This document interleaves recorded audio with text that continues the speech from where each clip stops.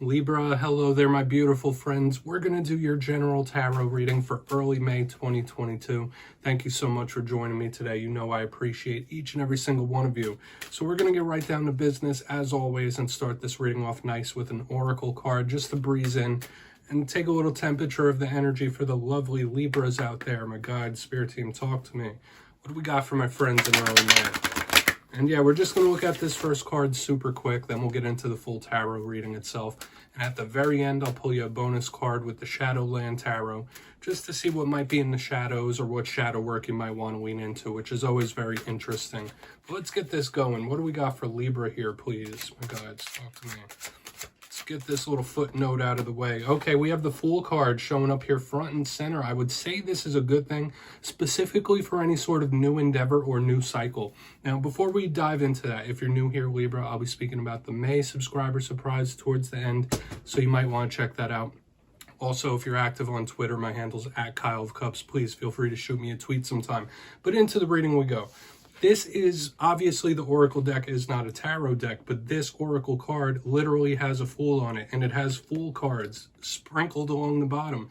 So yes, this could represent a prominent Aries in your life. If it doesn't represent that, we think of a new journey, a new cycle, a new adventure. Now, there are always a little warning here with the Fool card about not doing things too spontaneously. But to me, this is a jovial, happy, funny type of card. You might be feeling loose and nice. When a card like this shows up, it's a positive omen for any new ventures. So a lot of you might be focused on something new. Like, all right, I want to start doing this. I want to start this business. I want to start this task. Anything that involves you putting your energy into new ventures is very promising in this time when we have this Fool card. But it's happy. It's playful. I really like it. So a lot of you might be in a lighter mood. I mean, we'll see what the tarot cards have to say. That's just a little footnote. It doesn't make or break the reading. But we're going to get you the tarot cards, 3 in the upright to start, then we'll intuitively clarify. So let's see what's going on for my lovely Libras, please. Because for some of you, that could just represent a person. Right, so let's see what's going on for Libra. Now, last week's reading wasn't as joyous and lighthearted as that Fool card. It was titled A Serious Message. So I don't know if you've been going through serious situations or if you've been stern and strict in some type of way. It was a little harsh, but the week before that was Big Shift Incoming. The week before that was speaking about karmic omens. So a lot of you could be going through a huge cycle shift in life right now. But let's get 3 out here, because you know energy is just always changing and moving. We're just looking at a little snapshot. Okay, we got the 9 of Wands. So protecting yourself, protecting your energy could be super important here with the Wounded Warrior. Let's get 2 more. It's a fiery type of energy. What do we got? We got the 5 of Cups right in the center. Hopefully that's not you. Let's keep it moving, though. That could be little bouts of depression, sadness. You might be dealing with somebody who's hurting a little bit. Okay, and we got the Lovers on the back end. So I feel like for a portion of you, this doesn't necessarily just have to be your energy. There might be someone you're connected to that's really going through it with the Lovers on the back end. And I want to say this as well. Through all the other fire and air signs, the Lovers has been showing out in almost every single reading. So that's a big highlight on our interpersonal relationships here. Now, let's go through this. I'll give you some of the classical meanings and archetypes before we get the juicy intuitive stuff. Position number 1, we have the 9 of Wands. Okay, like I said, this is a card some people call the Wounded Warrior, somebody who's been through a lot of mess, who's been through a lot of things, a lot of pain, a lot of hurt, and they don't want to go through it again. For some of you, you may need to protect your own energy, protect yourself in some kind of way. This is somebody who's on guard. This could also speak about little miscommunications or somebody having a wall up of some kind. Okay, so we'll see what that's about when we clarify, because we're going to need to pull more detail out of all this. Now, moving to the center, we got the 5 of Cups. Someone might have a case of the SADS. Somebody might be hurting a little bit. Like I said, this could even be anxieties. It could be stresses. It's someone who's dealing with a little bit of pain. Okay, so in the coming days and weeks, whether it's mild, whether it's extreme, this 5 of Cups energy could be lingering around. Now, once again, I need to clarify it, see if this is something that's dissipating. And it's important to remember that it could be someone in your sphere of influence, especially with the Lovers here on the back end.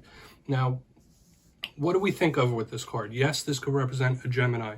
And when I see the Lovers, I can also think of romantic attachments, people that we're interested in romantically, twin flames, soulmates, things like that. But this is also a card that just represents anyone who's very close to us, anyone that we have a strong foundation and partnership with when the lover shows up. If it's not that, this card is usually silky smooth, easy going. So it's nice. If we're seeing a progression of this, this could be some sort of happy ending or something going good in the end. But like I said, with all the energies here, this is going to be nuanced. This is going to be layered. So I want to get into the juicier stuff. Let's jump in and clarify. Okay, let's get a good shuffle here for my Libra friends, my guides and spirit team. Talk to me. What we got for Libra? And yes, Libra, this is where I go intuitive with the message, which means I just tell you how it feels to me. So feel free to do further research or rely on your base knowledge of tarot. Because as you know, every single reading is about the reader's interpretation, and I'm just giving you mine. We're going to see what's up with this Nine of Wands. Why is the Nine of Wands here for Libra? And as always, if you know how to read tarot yourself, that's why this box is here. Please feel free to play along. And if you're feeling anything from the spread, you could drop it down in the comments. I don't mind at all. So why is this Nine of Wands here? Hopefully it's no blockages. Okay. Yeah, this is somebody who may be very skeptical or not keen on sharing everything about their past. For some of you, like I said, when I was just explaining this wounded warrior, this is somebody who's been through a lot of mess. And they're trying to learn the lessons from that.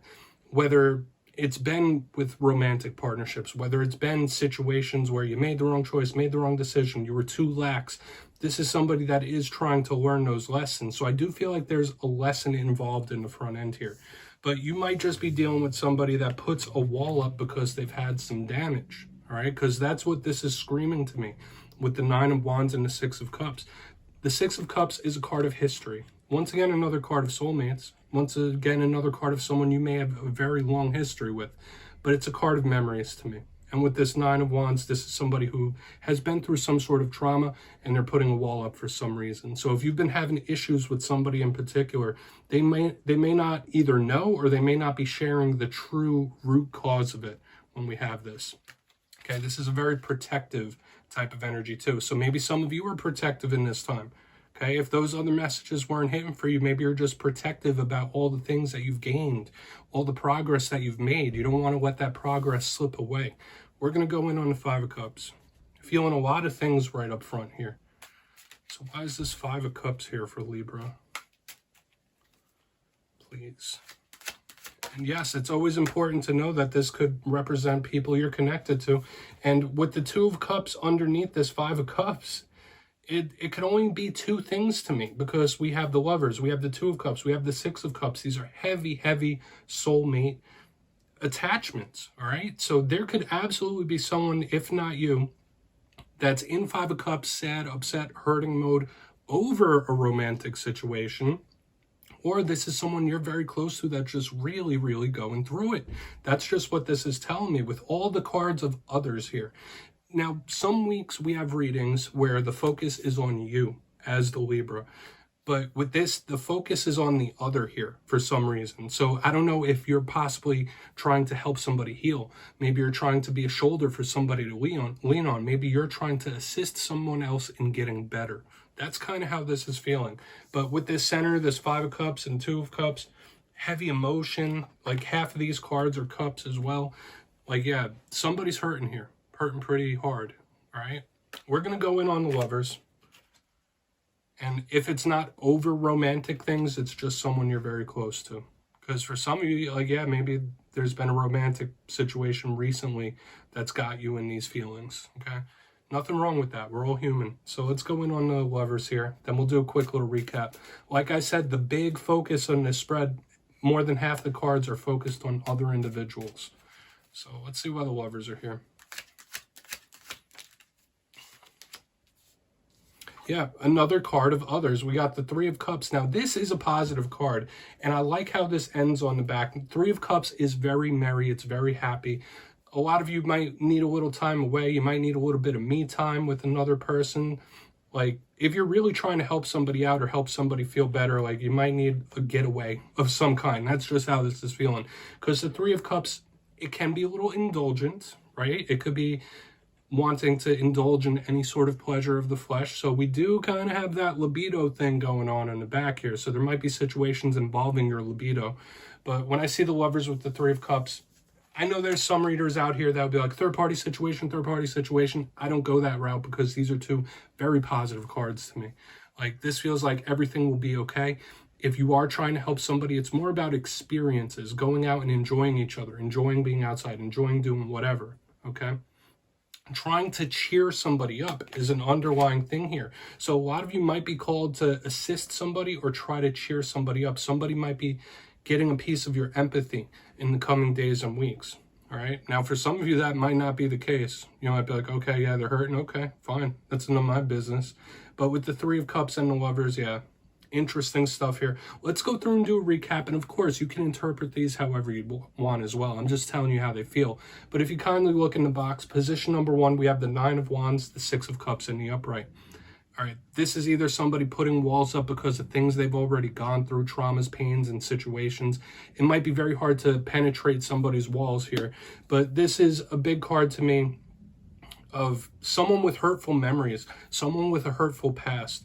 And as I've said several times already, there's a big focus on others here throughout the whole entire spread, because right in the center, we got the Five of Cups with the Two of Cups in the upright. Somebody you're close to could be going through a lot of pain, whether they're going through pain over you, if you're having a little rift with somebody, or you're assisting them, because I'm kind of catching that, especially on the back end. But in the center, this is somebody who's hurting, going through it, and you may be wanting to help them out.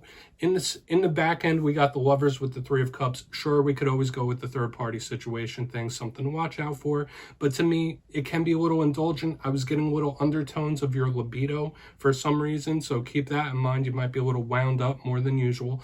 But with the Lovers and the Three of Cups, it's cheering somebody up, going out and having a good time. So that could be something you need or you're craving in this time. So Libra, please take a screenshot of that if you'd like to look into it further. We're going to get you a shadow card here.